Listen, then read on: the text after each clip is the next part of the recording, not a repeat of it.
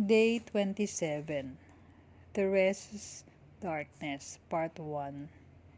Yesterday, we focused on the world's darkness and the way that we can help save the world through divine mercy. But perhaps we move on too quickly from the world's darkness to the light of mercy. Perhaps we didn't stop long enough to get a good grasp on what the world's darkness is all about. Well, that's what we're going to do today. More specifically, we're going to reflect on the root of the world's darkness and how it affected Saint Therese. Of course, the root of the world's darkness is sin. But why is there sin?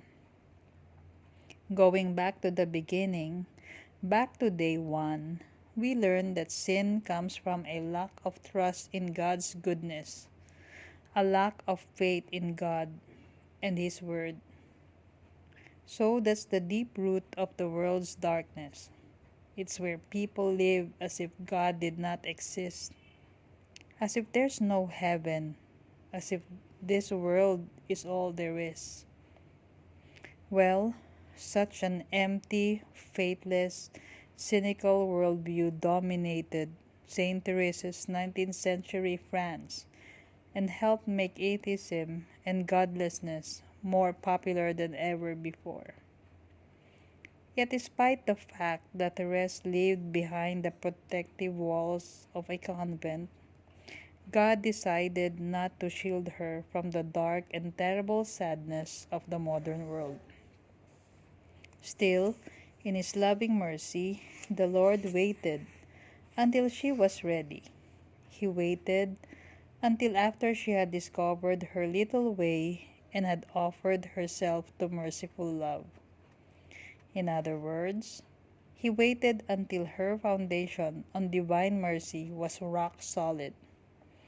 Therese herself explains God's goodness in waiting. Never have I felt before this how sweet and merciful the Lord really is. For He did not send me this trial until the moment I was capable of bearing it. A little earlier, I believe it would have plunged me into a state of discouragement. Okay, but what specifically was the trial that the Lord sent to Therese? The saint herself describes it as follows. I was enjoying such a living faith, such a clear faith, that the thought of heaven made up all my happiness, and that I was unable to believe there were really impious people who had no faith.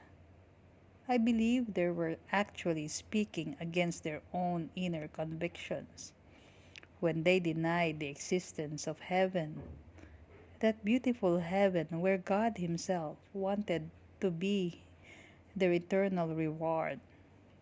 During those very joyful days of the Easter season, Jesus made me feel that there were really souls who have no faith and who, through the abuse of grace, lost this precious treasure, the source of the only real and pure joys.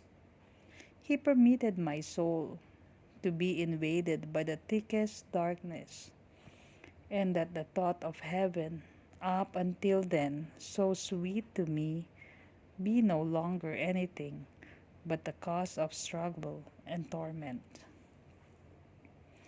Clearly, Therese was dealing with a night of faith, a trial of faith. But the other key word of this trial is heaven, which is very interesting. After all, that cuts right to the heart of the little way, which is really all about heaven. I mean, as a way, it goes somewhere. But where? To heaven. Indeed, the goal of Therese's way is heaven. Now, as we learned, the threefold means to that goal involve trusting, trying, and recognizing. Recognizing what? recognizing the darkness that comes from being little, helpless, and weak. So, up to the time of her trial of faith, which she describes above, the darkness of Therese's little way was really about recognizing her helplessness and feeling incapable of the works of holiness. But that darkness eventually became Therese's joy because she firmly believed and trusted that God would come down and raise her to the heights of heaven. After all, that's what mercy does.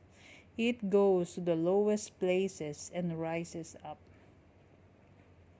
But with the rest trial of faith, the challenge of trusting became not just about her own darkness, the darkness of her littleness, but about a deeper darkness that attacked the very goal of her faith, hope, and love.